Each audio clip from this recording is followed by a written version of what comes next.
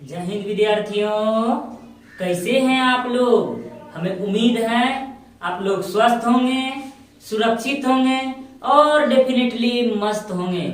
जी हाँ बच्चों, स्वागत है सबका आईसीसी भारती क्लासेस में। मैं हूं आपका भारती सर और मैं आज आप सबके बीच एक बार फिर से उपस्थित हो गया हूं एक नए पाठ को लेकर, एक नए टॉपिक। जी हाँ, कक्षा 10th के math subject part 2 real number part 2 अर्थात चैप्टर नंबर 1.2। जी हाँ, आज हम लोग बात करेंगे 1.2 के बारे में। तो बच्चों, आज हम लोग जानेंगे स्टेप बाय स्टेप अभाज्य गुणनखंड विधि के बारे में। किस प्रकार से एचसीएफ और एलसीएम निकाला जा सकता है और किस प्रकार के संख्याओं का इकाई अंक 0 और 5 पर समाप्त हो सकती हैं। इन सभी चीजों के बारे में आज हम लोग गंभीर और विस्तार पूर्वक जानेंगे। तो बच्चों, आप लोग धैर्य बना कर रहे हैं और बने रहे हमारे साथ। आज हम लोग एक भी क्लास मिस नहीं करेंगे। अब हम लोग जानेंगे स्टेप बाय स्टेप।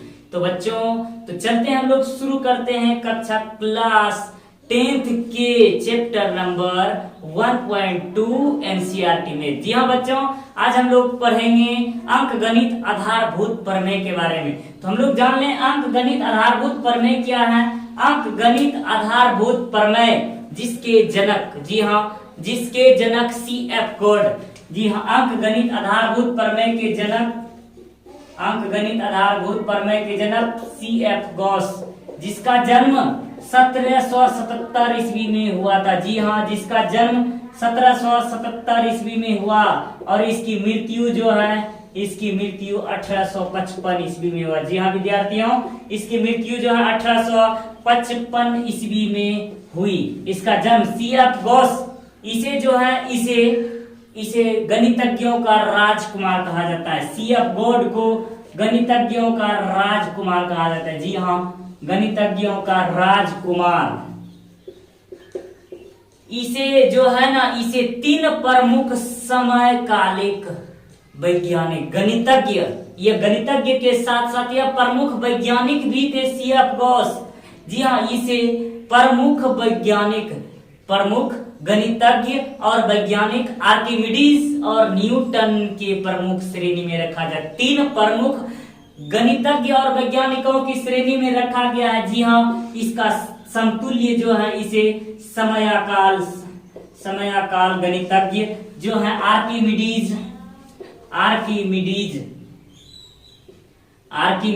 और न्यूटन। जी हाँ, आर्किमिडीज और न्यूटन, सीएफ गॉस, ये इन तीनों को एक अलग से स्पेशल गणितज्ञ और वैज्ञानिक की श्रेणी। इसका जो गणित और विज्ञान दोनों क्षेत्र में महत्वपूर्ण योगदान रहा। जो जी हाँ बच्चों, हम लोगों ने आधारभूत अंक गणित आधारभूत प्रमेय के जनक के बारे में हमने पढ़ा। सीएफ गॉस महोदय ने बताया, इन्होंने एक नियम दिया, एक रूल प्रदान किया, उसके बारे में हम लोग जाने। इन्होंने रूल जो दिया, इन्होंने कहा प्रत्येक अभाज्य संख्या को अभाज्य संख्याओं के एक गुणनफल। जी हाँ, प्रत्येक अभाज्य संख्याओं को अभाज्य संख्याओं के एक गुणनफल के रूप में,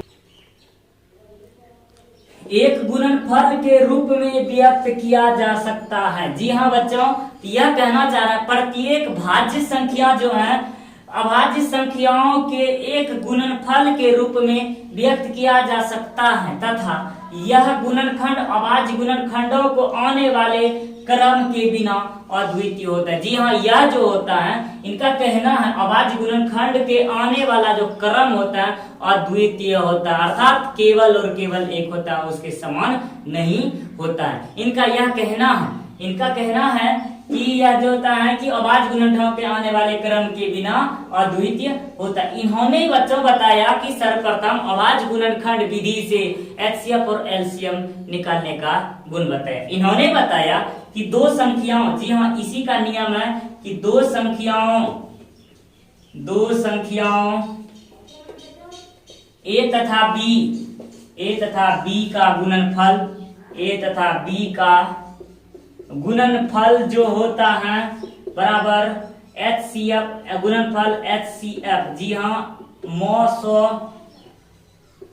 मौस और लॉस। जी हाँ, मौस और लॉस अर्थात LCM अर्थात लॉस के गुणनफल के बराबर होता है। जी हाँ, के गुणनफल के बराबर होता है। जी हाँ, अंक गणित आधारभूत प्रमेय से यह ज्ञात होता है कि इन्होंने बताया दो संख्याओं यह भी बताया दो संख्याओं A और B का गुणनफल जो होता है HCF और LCM के गुणनफल के बराबर होता है। तो जी हाँ बच्चों, इसका शुद्ध रूप और शुद्धतम रूप लिखें A गुने B बराबर HCF इंटू LCM। जी हाँ, ये आपके परीक्षा दृष्टि से यह फॉर्मूला आपका बहुत बहुत बहुत उपयोगी रहने वाला है। जी हाँ बच्चों, इसको हम लोग तोड़कर इसका अनेक अभी और फॉर्मूला हम लोग बना सकते हैं अभी। तो जी हाँ बच्चों, अगर इसको हम फॉर्मूला रूप लें तो यहाँ देखें पहली संख्या गुना दूसरी संख्या। जी हाँ, यहाँ दिया हुआ है पहली संख्या गुना दूसरी संख्या बराबर मौस गुना लॉस दिया। पहली संख्या गुना दूसरी संख्या बराबर मौस गुना लॉस। तो जी हाँ बच्चों, अगर पहली संख्या निकालने के लिए डिवाइड करने बोला जाए तो हम लोग ये कर सकते हैं HCF गुना LCM, ये देख सकते हैं गुना से है। तो बच्चों समीकरण के आधार पर इसको गुना को हम भाग में भेज सकते हैं। तो A बराबर हम लोग लिख सकते हैं HCF गुना LCM बटे B अर्थात पहली संख्या बराबर HCF गुना LCM बटे दूसरी संख्या। जी हाँ बच्चों, एक फॉर्मूला हुआ। अब हम लोग दूसरे फॉर्मूला जब लिखेंगे HCF गुना LCM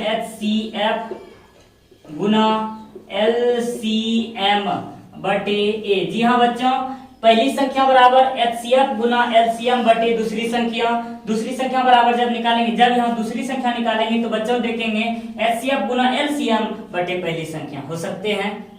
जी हाँ बच्चों, हो सकते हैं दूसरी संख्या बराबर HCF गुना LCM बटे पहली संख्या। ठीक उसी प्रकार से अगर हम और फॉर्मूला लें, आप लोग इसको लिख सकते हैं। आप लोग इसको लिखिए तब।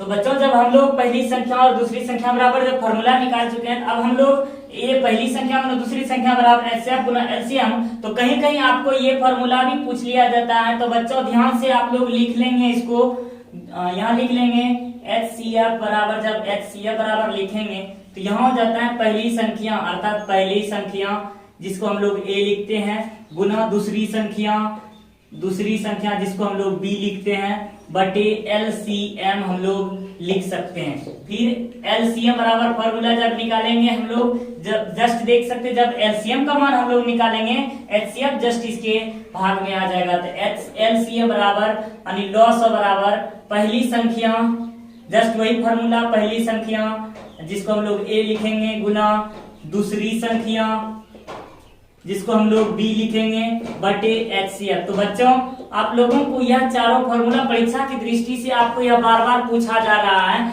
कि पहली संख्या बराबर HCF गुना LCM बटे दूसरी संख्या बराबर पहली संख्या गुना HCF गुना LCM बटे पहली संख्या। फिर से अगर HCF बराबर पहली संख्या गुना दूसरी संख्या बटे LCM पूछ लिया जाए पहली संख्या गुना दूसरी संख्या बटे HCF। तो बच्चों, आप लोगों को इन फॉर्मूला के बारे में हम लोगों को ज्ञात हुआ। अब हम लोग इसके अध्ययन के बारे में हम लोग पढ़ेंगे, इसके अब हिसाब के बारे में अर्थात इसके सवालों से हम लोग कुछ समझ लेते हैं, इसके सवालों से हम लोग समझते हैं।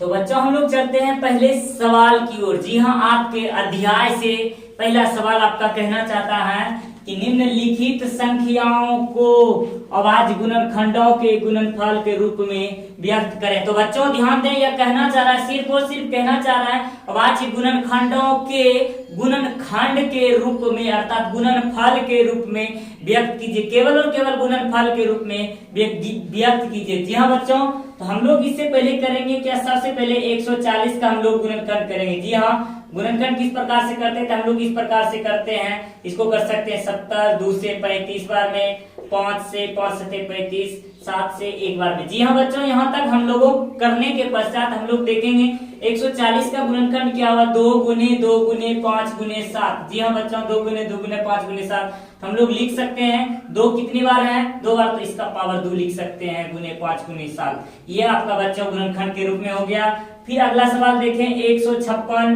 जी हाँ, 156 ले तो यहाँ देख सकते हैं 2 से करेंगे और बच्चों याद रखेंगे जिसका गुणनखंड में जिसके अंत में 0 2 4 6 और विभाज्यता के नियम से जिसके अंत में 0 2 4 6 8 लगा रहता है वो 2 से कन्फर्म कट जाता है। 3 से विभाज्यता का नियम याद रखेंगे, यदि दी गई संख्याओं के सभी अंकों को जोड़कर, जी हाँ, दी गई संख्याओं के सभी अंकों को जोड़कर अगर 3 से डिवाइड हो जाता है तो अब पूरी संख्या 3 से विभाज्य हो जाएंगे। और प्रमुख रूप से हम लोग 5 के बारे में जाने, जिसके अंत में 0 और 5 होती है, जिस संख्या के अंत में 0 और 5 स्थित होती है वह संख्या 5 से विभाज्य होती है। तो बच्चों हम लोग इस आधार पर हम लोग देख सकते हैं इस संख्या का अंतिम अंक 6 है, तो ये 2 से विभाज्य हो गया। 2 7 14 2 तिहाई 6 यहाँ ले सकते हैं, 2 7 14 2 8 16 ले सकते हैं। 2 से 2 तिया 6 2 9 18 3 से 3 13 39, जी हाँ 2 7 14 2 8 16 2 तिया 6 2 9 18 3 13 39, यहाँ 13 से हम लोग ले सकते हैं एक बार। तो 156 बराबर हो गया 2 गुने 2 गुने 3 गुना 13। यहाँ लिख सकते हैं हम लोग बराबर 2 का कितना है, 2 का 2, तो 2 पर पावर 2 इंटू 3 इंटू 13, यहाँ 2 पर पावर 2 गुना 3 गुना 13, ये इसका गुणनखंड का रूप, गुणनफल के रूप में व्यक्त हो चुके हैं। तो बच्चों हम लोग देखेंगे 38 25 के बारे में। 38 25 का जब हम लोग गुणनखंड करें हम लोग इसके बारे में पढ़ चुके हैं। यहाँ देखें, सबसे पहले हम लोग 5 देख करके डायरेक्ट 5 नहीं कर देंगे, हम लोग पहले देखेंगे 5 2 7 8 15 15 3 18, जी हाँ देख सकते हैं 3 जोड़ 8 जोड़ 2 जोड़ 5, हमने बताया 3 की विभाज्यता का नियम, दी गई संख्याओं के सभी अंकों को जोड़ दिया जाए, अगर जोड़ करके जितना योगफल होता है योगफल में 3 से भाग दे दिया जाए, अगर वह विभाज्य हो जाता है तो वह पूरी संख्या 3 से विभाज्य हो जाएगा। तो जी बच्चा इसको एक्सपेरिमेंट कर लें, 8 3 11 2 13 13 5 18, जी हाँ टोटल 18 में 3 से भाग दें तो ये 6 बार में कट जाता है। जी हाँ बच्चों ये पूरी संख्या हमारा 3 से विभाज्य हो जाएगा। तो हम लोग चलते हैं इसके ओर, तो 3 से देखें, 3 का 3 है, 3 2 6 3 4 12, यहाँ देख सकते हैं 3 2 6 2 3 7 21 3 5 15, जी हाँ। अब हम लोग फिर से आगे देखेंगे 5 7 12 12 2 14 14 1 15, जी हाँ बच्चों 3 से कट रहे हैं, 3 4 12 3 9 6 3 5 15, 5 से लेंगे 5 40 5 25, फिर लेंगे 5 से 17 बार में हम लोग देख सकते हैं। अब फिर से एक बार 38 25 बराबर, जी हाँ बच्चों 38 25 बराबर 3 गुने 5 गुने 5 गुने 17, हम लोग यहाँ लिख सकते हैं 3 पर पावर 2 गुना 5 पर पावर 2 गुने 17, जी हाँ बच्चों ये गुणनखंड इस रूप में हुआ। अब हम लोग इसके 5005 के गुणनखंड के बारे में बात करेंगे। तो बच्चों ये थोड़ा सा अलग एक्स्ट्रा लेता है, तो 5005, तो हम लोग इसके बारे में बात कर लें 4 नंबर 5005 के बारे में जब हम लोग बात कर लें तो 5005, 5 से 5 का 5 1000 एक बार में। अब हम लोग देखेंगे यहाँ हमें 7 से कटना होगा, 7 से 7 का 7 है 3 पर 7 28 2 7 21, फिर से देखेंगे 11 से 11 13 43, जी हाँ 13 से यहाँ कट गया आपका 11 बार में। तो इसका गुणनखंड हो गया 5005 बराबर 5 गुने 7 गुने 11 गुना 13, जी हाँ बच्चों 5 गुने। तो बच्चों 5005 का गुणनखंड जो होंगे 5 गुने 7 गुना 11 गुना 13 के रूप का होगा। अब हम लोग देखें 5वें नंबर सवाल में 74 29, जी हाँ बच्चों 7429 7429, जी हाँ बच्चों तो आप लोग देख सकते हैं 7429। यहाँ देखें 3 से पहले एक्सपेरिमेंट कर लें, 9 2 11 4 15 7 22, ये तो 3 से कटने वाला है ही नहीं। 7 से भी देखेंगे तो नहीं कटेगा, जी हाँ तो हम लोग आएंगे 74 29, तो ये 17 से कटेगा डायरेक्ट, 17 से लेंगे 17 चौके 68, यहाँ बच गया 6, 17 से भाग देंगे 74 29 में, 17 चौके 68, यहाँ बच गया आपका 6, 2 17 दिया 51, यहाँ बच गया 1, फिर 9 17 17 49, जी हाँ यहाँ देख सकते हैं 437 जब हम लोग लेंगे 17। अब हम लोग देख सकते हैं यहाँ 19 का ले सकते हैं, 19 से लेंगे, 19 से देखें तो फिर 19 दूना 38 5 19 दिया 57, जी हाँ 17 19 23 से 23 में ले सकते हैं इसको, 74 29 बराबर 17 गुने 19 गुने 23 बराबर। हम लोग यहाँ देखें तो पहला नंबर सवाल में 74 29 का गुणनखंड, जी हाँ बच्चों ये कभी कभी बनाते ध्यान में आ जाती हैं 17 19 23 गुणनखंड। 74 29 का गुणनखंड होंगे 17 19 और 23, जी हाँ बच्चों। अब हम लोग आगे दूसरे सवाल की ओर चलते हैं। दूसरा सवाल क्या कहना चाहता है, तो तो बच्चों हम लोग दूसरे सवाल की ओर जब चलते हैं तो यह कहना चाहता है, ध्यान से देखेंगे सवाल को, कहना चाहता है पूर्णांकों के निम्नलिखित युग्मों के एचसीएफ और एलसीएम ज्ञात कीजिए। जी हाँ बच्चों, ये जो संख्या दिया हुआ है युग्म अर्थात जोड़ा जो दिया हुआ, वन पेयर जो दिया हुआ है, इसका एचसीएफ और एलसीएम ज्ञात करना और इसकी जांच भी करना है कि दो संख्याओं का गुणनफल बराबर एचसीएफ गुने एलसीएम होता है। तो जी हाँ बच्चों, हम इसको चलते हैं, इसको प्रूव कर लेते हैं, हम लोग इसको दिखा देते हैं। हाँ हम लोग ये प्रूव कर सकते हैं, बना करके दिखा सकते हैं। तो जी हाँ हम लोग देखेंगे, सॉल्व से लिखेंगे, ए बराबर दिया है a बराबर 26, b बराबर 91, अर्थात पहली संख्या दिया है 26, दूसरी संख्या दिया 91। तो हम लोग लिख सकते हैं 26 का गुणनखंड लिख सकते हैं, हम लोग डायरेक्ट यहाँ बना सकते हैं। यहाँ 26 बराबर लिखेंगे, 26 बराबर 2 गुने 13। जी हाँ, क्योंकि बच्चों 26 का होता है 2 गुने 13, 13 से एक बार में, फिर 91 करेंगे तो 7 से 13 सते 91, 13 से एक बार में ले सकते हैं। जी हाँ, तो 91 बराबर हम लोग लिख सकते हैं 7 गुने 13। हम लोग ये नहीं भी करेंगे तो चल सकता है, कर भी देंगे तो हमें आसान सी हो जाएगी। तो 26 का गुणनखंड क्या होता है बच्चों, हम लोग डायरेक्ट लिख देंगे 26 का गुणनखंड 2 गुने 13। यहाँ लिखिए डायरेक्ट आप 26 का गुणनखंड। जी हाँ, 26 का गुणनखंड बराबर 2 गुने 13। फिर 91 का गुणनखंड, 91 का गुणनखंड बराबर 7 गुने 13। जी हाँ बच्चों, हमें याद होगा, हम इसके बारे में बात कर चुके हैं कि इसका एचसीएफ जो होता है, जितनी टोटल संख्या दी हुई होती है, दोनों में जो संख्या मिल जाती है वह हमारा एचसीएफ हो जाता है। जी हाँ बच्चों, तो यहाँ आप लोग देख सकते हैं 13 दोनों में मिल रही है, तो एचसीएफ का मान जो हो गया 13 हो गया। एलसीएम के लिए हमें क्या करना पड़ता है, एलसीएम बराबर जो मिला उसको एक बार, जो नहीं मिला उसको सभी संख्याओं को गुना कर देना होता है। हम लोग कर सकते हैं 7 गुने 14, 13 गुना 14 कर दे तो 182 हो जाता है, 182 हो जाता है। जी हाँ बच्चों, एचसीएफ 13, एलसीएम 182 हो चुके हैं। तो अब हम लोगों को यहाँ बात पूछा गया है कि इसको सत्यापन भी करना है कि दो संख्याओं का गुणनफल बराबर एचसीएफ गुना एलसीएम। तो हम लोग इसको कर लेंगे। तो बच्चों देख लेते हैं, सत्यापन के लिए लिख देंगे हम लोग, सत्यापन के लिए लिखेंगे a इंटू बी बराबर HCF। ये हमें प्रूव करना है। जी हाँ, HCF a into B HCF गुना LCM, ये हमें प्रूव करना। तो हम लोग देख लेते हैं, दिखा देते हैं इसको भी। 26 गुने 91 बराबर 13 गुने 182, हम लोग इसको गुना कर देंगे तो 26 गुने 91 करेंगे तो 2366 बराबर, इसको गुना कर दें 13 गुना 26 का 6, हाथ में रहल 2 और 13 8 74 से 104 और 2 106, हाथ में रहल 10, 13 10 23। जी हाँ, आप लोग देख सकते हैं 13 23 66 बराबर 23 66, ये दोनों बराबर हैं, इसीलिए प्रूव हो चुके हैं कि ये सत्यापित हो चुके हैं, प्रूव। तो हम लोग यहाँ लिख देंगे पहली संख्या बराबर दूसरी संख्या, पहली संख्या गुना दूसरी संख्या बराबर एचसीएफ गुना एलसीएम, ये हमारा मान प्रूव हो चुका है। तो बच्चों हम लोग दूसरे सवाल की ओर जब चलेंगे, दूसरे सवाल में देखें, हम लोग कहना चाहता है 510 गुने 92। जी हाँ, 510 गुने 92 तो कहना चाहता है, तो हम लोग लिख लेंगे 510 का गुणनखंड। जी हाँ, 510 का गुणनखंड हम लोग जब लिखेंगे, गुणनखंड 510 का गुणनखंड बराबर हम लोग कर दें इधर 510 बराबर 2 से 2 दूने 4, 2 5 10, 2 5 10, 5 से 5 है 25, 5 का 5 है, फिर देखेंगे 3 से यहाँ कर सकते हैं 3 8 24, 3 5 15, 5 से 17 5 85। जी हाँ, 510 बराबर 2 गुने 3 गुने 5 गुने 17।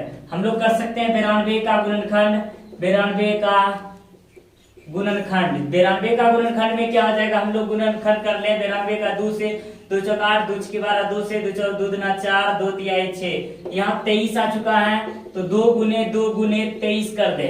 यहाँ देखें बच्चों, हमने बताया हुआ आपको एचसीएफ के लिए जो दोनों में टोटल मिल जाता है, दोनों में टोटल हम लोग देखें तो 2 और 2 ये 2 ही केवल दोनों में मिल पा रहा है, बाकी बात कहीं कुछ नहीं मिल रहा है इसका एचसीएफ, इसलिए इसका एचसीएफ 2 होगा। एलसीएम जब लेंगे हम लोग, एलसीएम के लिए जो दोनों में मिला है उसको एक बार, उसके पश्चात जो नहीं मिला है उसे भी हम लोग गुना करेंगे, 3 गुने 5 गुना 17 गुना 2 गुना 23। जब हम लोग इसको गुना कर दें तो गुना करें 2 तिहाई 6, 6 पंचे 30, 30 दूना 60, 60 गुने 17 गुने 23। जी हाँ, 60 गुने 17 गुने 23, 17 छकी 102, अर्थात 10 20 गुने 23 कर दें इसको।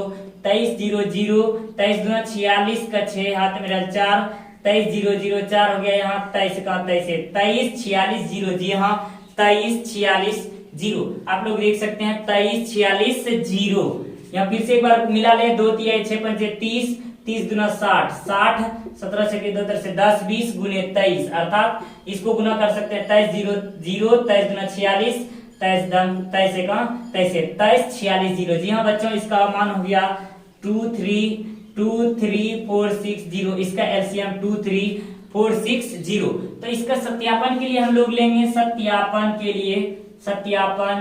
लिए लिख सकते हैं हम लोग a into B equal to HCF into LCM। जी हाँ, HCF इंटू LCM।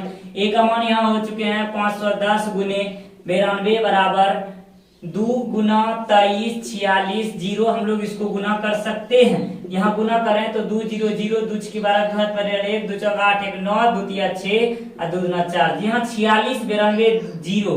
तो इसका मान जो जब हम लोग गुना करेंगे 510 गुना 92 कर दें, इसका भी मान वही आएगा 46 92 0। तो जी हाँ बच्चों, ये हमारा प्रूव हो चुके हैं। दूसरा नंबर सवाल भी यहाँ मेरा प्रूव हो चुके हैं, 46 92 0 ये हमारा प्रूव हो गया। जी हाँ, थर्ड नंबर हिसाब की ओर चलेंगे हम लोग।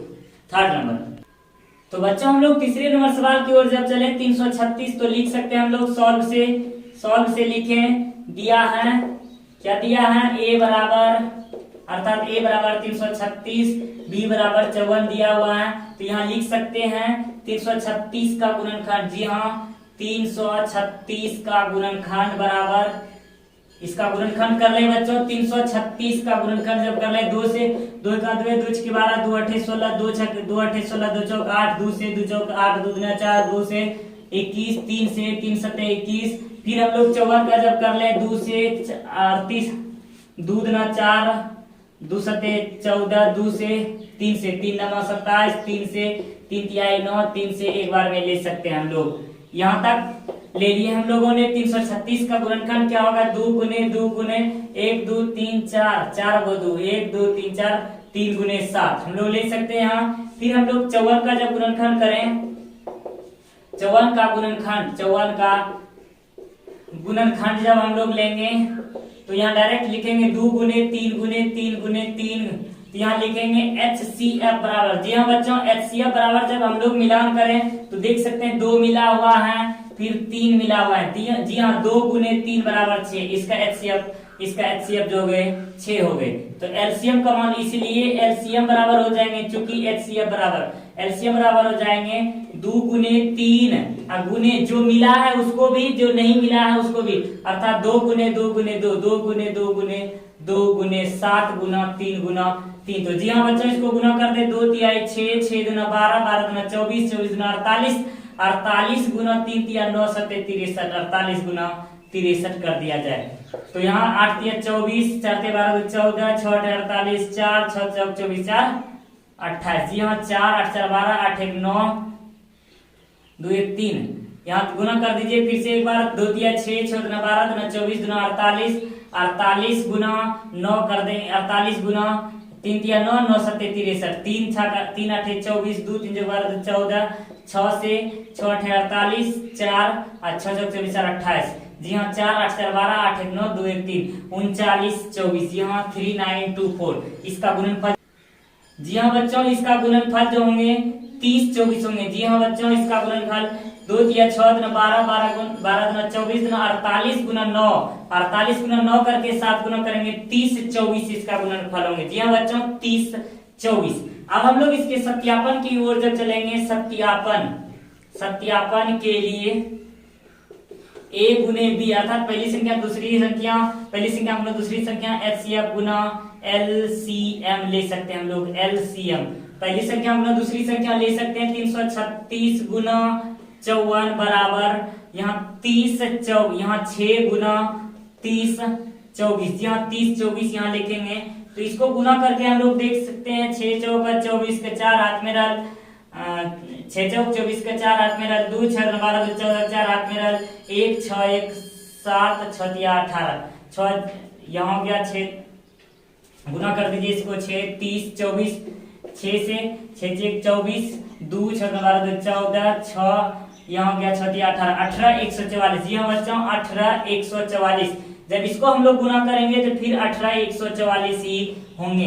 तो ये हमारा प्रूफ हो चुके हैं। जी हाँ बच्चों हमारा ये 2 नंबर का सवाल, ये आपके परीक्षा की दृष्टि से आपको 2 नंबर का सवाल पूछ लिया जाता है। 1 या 2 नंबर तो ये फिक्स हो जाता है। अब तो बच्चों हम लोग अब तीसरे नंबर सवाल की ओर हम लोग जब चलते हैं तो यहाँ कहना चाहता है अभाज्य गुणनखंड विधि से। जी हाँ बच्चों फिर से वही प्रोसेस, अभाज्य गुणनखंड विधि से निम्नलिखित पूर्णांकों का एचसीएफ और एलसीएम ज्ञात करें। तो बच्चों इस बार जो है सिर्फ एचसीएफ और एलसीएम तक ही निकालना है, इसका सत्यापन नहीं करना। जैसे कि 2 नंबर में सवाल दिया गया था, सिर्फ वहां सत्यापन भी करना था, यहाँ सत्यापन नहीं करना, केवल और केवल एचसीएफ और एलसीएम निकालना है। जी हाँ बच्चों इस चैप्टर से हमारा जो है ना 2 या 3 नंबर तो फिक्स है। जी हाँ 2 या 3 नंबर तो हमारा फिक्स है। इस तरह का सवाल फिक्स है, या तो ऑब्जेक्टिव में है या तो सवाल सब्जेक्टिव में है। ऑब्जेक्टिव में आएंगे तो 1 नंबर और सब्जेक्टिव में आएंगे तो 2 1 3 नंबर तुम्हारा सवाल फिक्स ही है इस चैप्टर से। तो बच्चों हम लोग इसको ध्यान से समझ लेंगे। 12 15 और 21 का तो हम लोग 12 का गुणनखंड लिख सकते हैं इस तरह से 2 गुने 2 2 गुने 2 गुने 3। जी हाँ यहाँ सवाल लिखिए, आप डायरेक्ट लिख सकते हैं, दिया है सॉल्व से हम लोग लिखेंगे। सॉल्व से दिया है a equal to 12, b equal to 15 and c equal to 21। यहाँ ले सकते हैं हम लोग 3 संख्या दिया, 1 2 3 पहली संख्या, दूसरी संख्या, तीसरी संख्या। अब यहाँ लिखेंगे 12 का गुणनखंड। जी हाँ अब हम लोग चलते हैं 12 का गुणनखंड जब करेंगे 2 गुने 2, यहाँ लिख दीजिए 12 का गुणनखंड बराबर 2 गुने 2 गुने 3, 2 दूना 4 किया 12। फिर 15 का जब हम लोग करेंगे 15 का गुणनखंड, 15 का गुणनखंड जब हम लोग करेंगे 3 गुने 5। फिर हम लोग 21 का जब गुणनखंड करेंगे 21 का गुणनखंड, 21 का गुणनखंड 3 7 21। जी हाँ बच्चों हम लोग इसको एचसीएफ की ओर जब ले चले, एचसीएफ की ओर हम लोग देखें ध्यान से तीनों में क्या मिल रहा है, 3 संख्या दिया हुआ है, 3 संख्या दिया बाबू। तो जितना संख्या दिया हुआ है तो हम लोग उतने में से जो तीनों मिलेगा वही एचसीएफ के लिए होगा। एलसीएम के लिए अलग प्रोसेस होता है लेकिन एचसीएफ के लिए प्रोसेस होता है, जितनी दिया उतने। तो तीनों में क्या देख रहे हैं, 3 मिल रहा है, तीनों में 3 मिल रहा है, इसका एचसीएफ 3 होंगे। इसलिए एलसीएम इसका L.CM जो एलसीएम जो होंगे इसका एलसीएम हम लोग देख सकते हैं 3 मिला हुआ है, जो नहीं मिला 2 नहीं मिला। फिर 2 गुने 2 गुने 5 गुना 7। जी हाँ इसको गुना करते 3 गुना 6 6 गुना 12 12 5 60 7 6 42। जी हाँ इसका एलसीएम जो हो गई 420 हो गई। फिर आगे हम लोग जब इसको चलेंगे आगे सवाल जब देखें तो 17 यहाँ सॉल्व से फिर लिखेंगे हम लोग, सॉल्व से दिया है यही प्रोसेस। जी बच्चों इस तरह के प्रोसेस से लिखने से परीक्षा में हमारे नंबर कटने की संभावना बहुत ही कम होती है। तो यहाँ लिखेंगे हम लोग a का मान 17, b का मान 23 एंड c इक्वल टू 29 दिया हुआ है। तो लिख सकेंगे 17 का गुणनखंड, 17 का गुणनखंड बराबर 17 का गुणनखंड बराबर 1 गुने 17 तो लिख सकते हैं, 17 गुने 1 नहीं तो 17 गुने 1 लिख सकते हैं। फिर 23 का गुणनखंड लिख सकते हैं क्योंकि ये तीनों देख सकते हैं अभाज्य संख्या है, तो यह केवल और केवल अपने से ही कटेंगे। जी हाँ बच्चों आप लोग 17 19 और 23, जी हाँ ये तीनों अभाज्य संख्या हैं, यह किसी भी दूसरी संख्या अर्थात एक अन्य संख्याओं से विभाज्य नहीं होंगे, क्योंकि अभाज्य संख्याओं के बारे में हम लोग नंबर सिस्टम में पढ़ चुके हैं। जो बच्चों अभी तक नहीं देख पाए हैं वो जाकर के पिछले क्लास अर्थात पिछले वीडियो में जाकर के देख सकते हैं। नंबर सिस्टम में अभाज्य संख्याएं जो होती हैं वह केवल और केवल एक और स्वयं से ही विभाज्य होती हैं। तो यहाँ 17 भी अभाज्य संख्या, 23 भी अभाज्य संख्या, 29 भी अभाज्य संख्या, इसलिए यह स्वयं और एक से ही विभाजित होंगे। स्वयं से लेंगे तो देखेंगे कोई नहीं कट रहा है, लेकिन यहाँ जब यहाँ एक से लेंगे तो एक तो सह अभाज्य संख्या, यह ना भाज्य है न अभाज्य है, यह सहभाज्य संख्या अर्थात यह सभी से सभी को विभाजित कर सकती हैं, इसलिए इसका HCF जो होंगे, इसलिए चूंकि इसका HCF एक LCM बराबर इसका जब, इसलिए LCM बराबर होंगे 17 गुने 23 गुने 29 जब कर दिया जाए इसका 1139 गुणनखंड इसका हो जाएगा LCM। जी हाँ बच्चों इसका 1139 हो जाएंगे। जब हम लोग तीसरे नंबर सवाल की ओर चलेंगे, जी हाँ बच्चों इसको अगर सही ढंग से इसको अगर गुना कर लिया जाए, इसका ये गुना गलत हो गई, 17 गुने 23 गुना 19 जब कर दिया जाए 17 गुने 23 23 गुना 19, जी हाँ 17 गुने 23 गुना जब 29 करते हैं हम लोग 74 29 होता है। जी हाँ बच्चों 74 29 होते हैं। हम लोग इसको गुना करके देख सकते हैं। अब हम लोग 8 9 और 25 की ओर जब चलेंगे, दिया है a बराबर 8, b बराबर 9 एंड c बराबर 25 दिया हुआ है। तो 8 का गुणनखंड, जी हाँ 8 का गुणनखंड हम लोग लिखेंगे।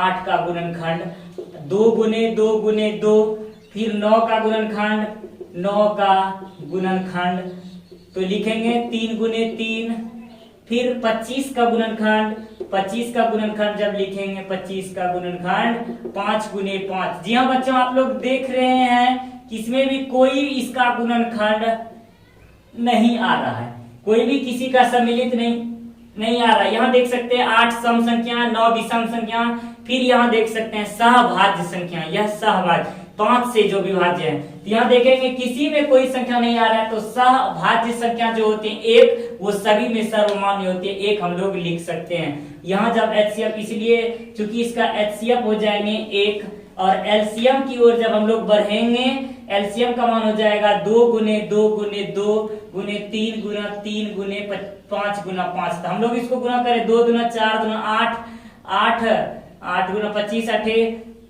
25 गुने 8 कर लिया जाए, 25 चौक 200 और 2 नमा 1800। जी हाँ बच्चों तो इसका एलसीएम जो हो जाएंगे 1800 हो जाएंगे। इसको गुना कर सकते हैं 2 गुना 4 गुना 8 गुना 25 करेंगे तो हो जाएंगे 200 और 200 गुना 3 तिहाई 9 9 गुना 1800। इसका जो होंगे एलसीएम 1800 स्थित हो गए। तो बच्चों हम लोगों ने ये जो पढ़ा, ये परीक्षा की दृष्टि में अत्याधिक महत्वपूर्ण है। 2 नंबर तो ये सवाल फिक्स ही है। तो बच्चों इसको ध्यान से पढ़ेंगे और इसका आगे के बुक से आप लोग इसका रिवीजन करेंगे। अब हम लोग चलेंगे चौथे नंबर सवाल की ओर। जी हाँ चौथे नंबर, जी हाँ बच्चों आप लोग जो ये चौथा नंबर सवाल दिखा रहे हैं, ये मस्ट और बेदियाई सवाल इस टाइप का। ये सवाल जरूरी नहीं है कि यही सवाल आपके एग्जाम में आ सकते हैं, लेकिन इस टाइप का सवाल आ सकते हैं। लेकिन आप लोग देख सकते हैं बिहार बोर्ड के एग्जाम में ज्यादातर बच्चे बिहार बोर्ड के ही देखते हैं।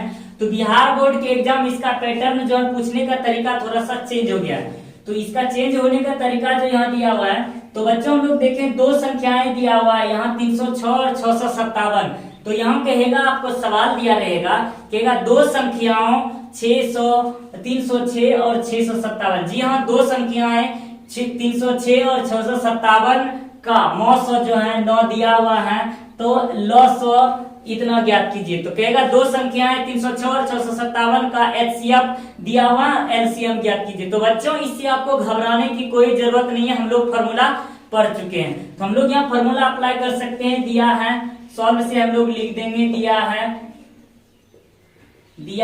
a बराबर, अर्थात पहली संख्या बराबर a बराबर 306, b बराबर दिया हुआ है 657 और यहाँ दिया हुआ है HCF का मान दिया है 9। तो बच्चों आपको याद होंगे फॉर्मूला, जब हम लोग याद कर चुके हैं। अगर फॉर्मूला याद नहीं है तो यहाँ लिख सकते हैं अंक गणित आधारभूत प्रमेय से, तो डायरेक्ट लिखेंगे चूंकि a गुने b बराबर HCF गुने LCM, HCF गुने LCM याद होंगे। तो हमें यहाँ क्या ज्ञात करना है, LCM ज्ञात करना। LCM बराबर फॉर्मूला लगा सकते हैं a गुने b बटे HCF। तो बच्चों हम लोग यहाँ कर सकते हैं 306 गुने 657 बटे 9, 9 से कटा सकते हैं, 9 या 27, 3 पर 36, 9 चौक 36। जहाँ इसको जब हम गुना करेंगे 22, 33, 8 स्थित होंगे। तो बच्चों देखे कितना बहुत सी आसान थे, फार्मूला लगाने पर हमें कितनी आसान हो गई। तो बच्चों हमें उम्मीद है आप लोगों को अच्छे तरीके से समझ में आ गई होगी। अब जो हम लोग 5वां नंबर सवाल पढ़ेंगे वह जो थोड़े से अलग टाइप से होंगे, अलग रूल से होंगे। जी हाँ अलग थोड़ा सा उसका एक्स्ट्रा नियम ही होंगे। तो चलते हैं हम लोग 5वें नंबर सवाल की ओर। हम लोग देखेंगे इस सवाल में थोड़ा सा हमें एक रूल याद करना पड़ेगा कि किसी भी संख्या का इकाई अंक 0 पर समाप्त होना और 5 पर समाप्त होना, ये सब कॉन्फिडेंस के साथ होना पड़ता है। जी हाँ बच्चों यह सब हमें याद करना पड़ जाता है कि किसी भी संख्या का 0 मान तभी समाप्त हो सकती है जब वह संख्या 10 से विभाज्य होंगे। जी हाँ 10 से विभाज्य होंगे।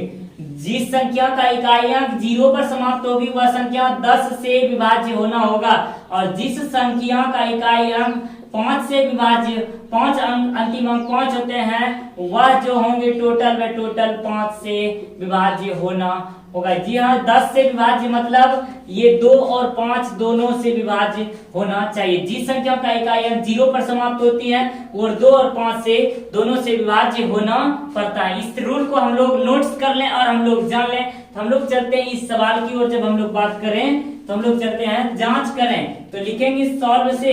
हम लोग डायरेक्ट यहाँ लिख सकते हैं, हम लोग जानते हैं, हम जानते हैं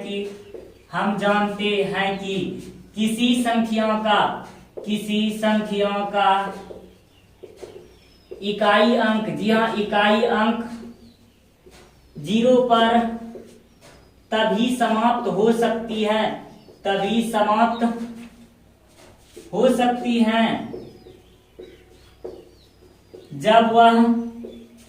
जब वह 10 से विभाज्य होंगे, 10 से विभाज्य होंगे। जी हाँ, 10 से विभाज्य होंगे,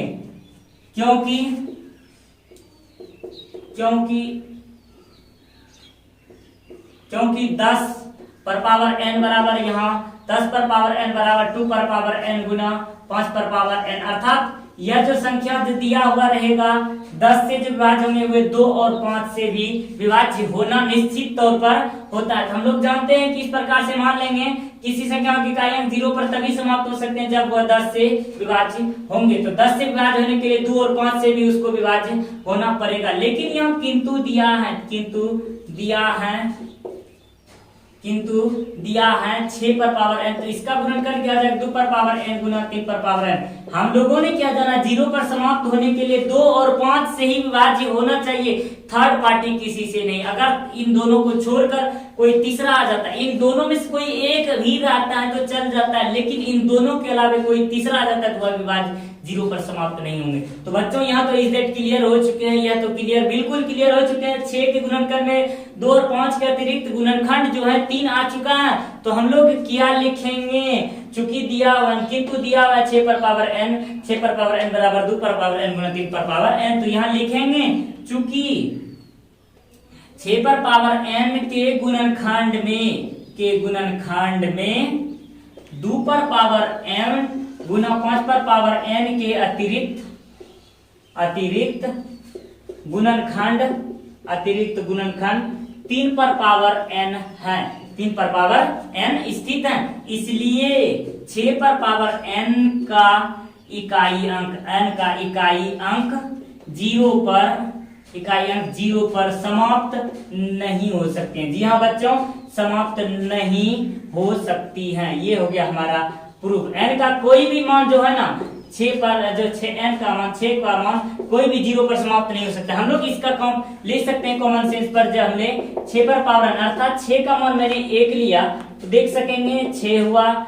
6 पर पावर अगर हमने 2 लिया तो देख सकेंगे 6 7 36 हुआ। कहीं देखेंगे आप लोग इकाई अंक 0 स्थित नहीं होगा। तो बच्चों यहाँ थोड़ा सा हम लोग ये पहले भी कर सकते थे, लेकिन ये इन्होंने बोला प्रूव करने, इसीलिए हमें इस रूल से आना पड़ा। और से भी यहाँ हम लोग जांच कर सकते हैं 6 पर पावर 1 6 पर पावर 2 इस तरह से हम लोग कर सकते हैं। तो बच्चों हम लोग आगे आप लोग इसका रिवीजन और अदर टेक्स्ट बुक से हम लोग कर सकते हैं। तो हम लोग एनसीईआरटी बुक ना इसका आगे आप लोग रिवीजन करेंगे और हम लोग पढ़ेंगे अब 6ठा नंबर सवाल, जी हाँ 6ठे नंबर। जी हाँ बच्चों, अब हम लोग इस सवाल को देखेंगे। व्याख्या कीजिए कि क्या किसी प्राकृत संख्या, ये जो इतना मान दिया हुआ है और ये जो इतना मान दिया हुआ है कि भाज्य संख्या क्यों है, ये हम लोग बच्चों याद कर चुके हैं। हम लोग याद कर चुके हैं, नंबर सिस्टम में पढ़ चुके हैं भाज्य संख्या के बारे में। भाज्य संख्या का जो होते हैं 2 से अधिक गुणनखंड होते हैं। जिस संख्या का 2 से अधिक गुणनखंड स्थित होती है वह संख्या भाज्य कहलाते। तो बच्चों आप लोग संख्याओं के डिवीजन रूल्स और संख्याओं के बारे में अगर आप लोग अच्छे तरीके से और पढ़ना चाहते हैं तो पीछे क्लास अर्थात आपका मेरा पिछला वीडियो जो नंबर सिस्टम है उसे आप लोग पढ़ लें, आप लोगों को अच्छे तरीके से मालूम हो जाएगा। तो हम लोग यहाँ देख लेते हैं, यहाँ दिया हुआ है, सॉल्व से हम लोग लिखेंगे दिया है। ये जो पहला संख्या दिया हुआ है 7 गुने 11 गुने 13 जोड़ 13। जी हाँ बच्चों, आप लोग देख सकते हैं ये संख्या दिया है तो हमें यहाँ कॉमन जाएगा 13।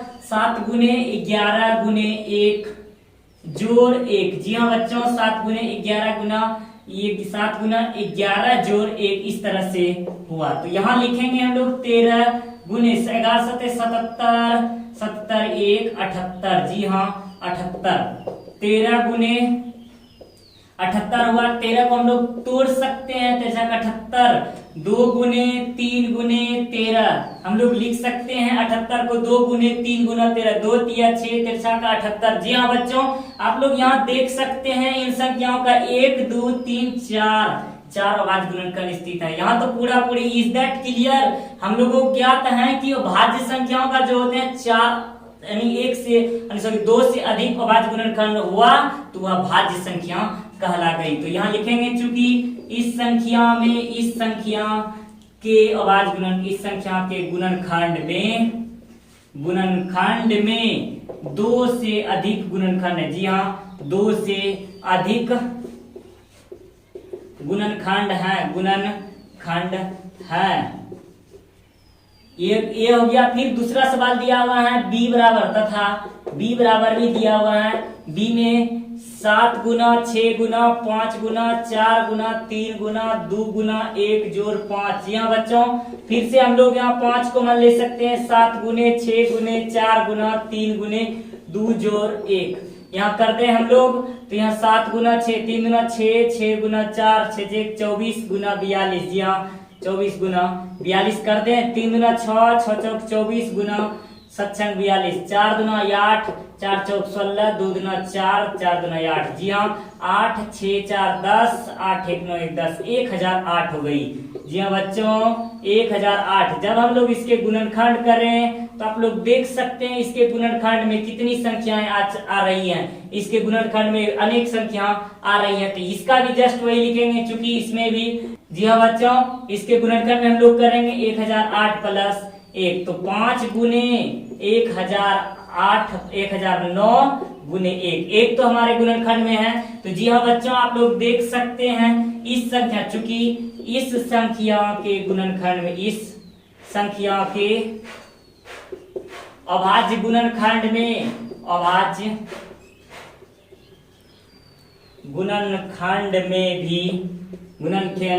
भी 2 से अधिक अभाज्य गुणनखंड है। जी हाँ अभाज्य गुणनखंड स्थित हैं। इसलिए चूंकि हम लोग जानते हैं चूंकि 2 से अधिक अभाज्य गुणनखंड वाली संख्या जो होती हैं, अभाज्य गुणनखंड वाली संख्या भाज्य होती हैं। भाज्य संख्या होती हैं। तो हमारा ये इज दैट क्लियर हो चुके हैं, होती हैं। ये हमारा प्रूव्ड हो चुके हैं कि यह जिस संख्या का 2 से अधिक गुणनखंड होते हैं वह भाज्य होते हैं। जी हाँ बच्चों, अब हम लोग पढ़ेंगे आखिरी और 7वां सवाल इस चैप्टर का। जी हाँ आखिरी और 7वां सवाल। जी हाँ बच्चों, अब ये सवाल आप लोग देखें। कहते हैं किसी खेल के मैदान के चारों ओर एक वृत्ताकार पथ है। इस मैदान का चक्कर लगाने में सोनिया को 18 मिनट लगते हैं, जबकि इसी मैदान का एक चक्कर लगाने में रवि को 12 मिनट लगते हैं। मान लीजिए कि वे दोनों एक ही स्थान और एक ही समय पर चलना प्रारंभ करके एक ही दिशा में चलते हैं, तो कितने समय बाद वह पुनः प्रारंभिक स्थान पर मिलेंगे। जी हाँ बच्चों, यह एक मैदान है, यह एक खेल का मैदान, इसके चारों ओर जो है एक पथ बना हुआ है। इसी मैदान पर एक चक्कर लगाने में रवि को, यहाँ से मान लिया जाए रवि जब स्टार्टअप लेते हैं पूरा राउंड लगाने में, इसको पूरा चक्कर लगाने में रवि को 12 मिनट लग जाता है। जी हाँ 12 मिनट। फिर उसी स्थान से फिर कहता है एक ही समय पर चलना प्रारंभ करता है। रवि और सोनिया दोनों एक ही स्थान से चलना प्रारंभ करती हैं।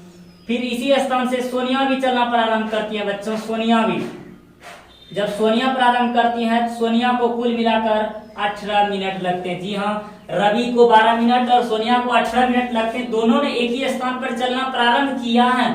तो जब दोनों का चाल किया है और दोनों विभिन्न स्थान, दोनों अलग अलग स्थान से चलते हैं, तो दोनों पुनः कितने समय के बाद दोनों पुनः एक स्थान पर आकर के मिलेंगे। तो जी हाँ, दोनों को एक स्थान पर मिलने के लिए सॉल्व से हम लोग लिखेंगे रवि और सोनिया को, रवि और सोनिया को एक ही समय पर मिलने में लगा समय बराबर दोनों द्वारा तय, दोनों को लगे समय का एलसीएम, दोनों को चक्कर लगाने में, दोनों के चक्कर लगाने में लगे समय का एलसीएम। जी हाँ, लगे समय का एलसीएम निकाल देंगे दोनों एलसीएम। तो हम लोग यहाँ लिख सकते हैं, इसलिए 18 तथा 12 का एलसीएम, 18 तथा 12 का एलसीएम बराबर, एलसीएम लिखेंगे तो 18 का हम लोग लिख सकते हैं, चूंकि इसलिए 18 का गुणनखंड हम लोग करेंगे 2 गुना 3 गुना 3, 2 तिया 6 तिया 18 का गुणनखंड, फिर 12 का हम लोग गुणन करेंगे 2 गुना 3, 2 गुना 4 तिया 12। तो एचसीएफ जब हम लोग निकालेंगे, एचसीएफ देखेंगे 2 गुने 3, 2 तिया 6 हो गई। एलसीएम जब हम लोग निकालेंगे एलसीएम, क्योंकि हमें एचसीएफ से मतलब नहीं है, लेकिन एचसीएफ हमें निकालना होगा, एचसीएफ निकालेंगे तो एलसीएम का मान निकलेगा नहीं। तो बच्चों इसको ध्यान दें, एलसीएम के लिए 6 गुना, आप देख सकते हैं 2 और 3 गायब हो चुका है, तो बचा क्या 3 गुने 2, 6 दिया 18 दुना 36, जी हाँ 36। अतः हम लोग लिख देंगे, अतः दोनों प्रारंभिक स्थान पर 36 मिनट बाद, जी हाँ 36 मिनट बाद मिलेंगे। जी हाँ बच्चों, आज हमारा ये पार्ट 2 का जो पार्ट 2 था 1.2 चैप्टर समाप्त हो गई। इसके और आप विशिष्ट अध्ययन के लिए आप आगे का टेक्स्ट बुक इस्तेमाल कर सकते हैं, इसका रिवीजन कर सकते हैं। यह चैप्टर हमें परीक्षा में 2 मार्क्स 2 से 3 मार्क्स तो फिक्स ही देता है, ये फिक्स है 2 से 3 मार्क्स इसका आता। तो बच्चों इसीलिए इसको टेक केयर और इसको ध्यान से पढ़ें और रिवीजन करें। आज के वीडियो के लिए इतना ही है। हमें उम्मीद है आप लोगों को यह क्लास अच्छा लगा होगा, तो क्लास अच्छा लगा तो आप लोग लाइक और शेयर जरूर कर दें, ताकि हमें और आपको पढ़ाने में अच्छे तरीके से आनंद हो और आप लोग इसका फायदा उठा सकें और आप लोग इसका अध्ययन कर सकें। आज के लिए बस इतना ही, तब तक के लिए जय हिंद जय भारत।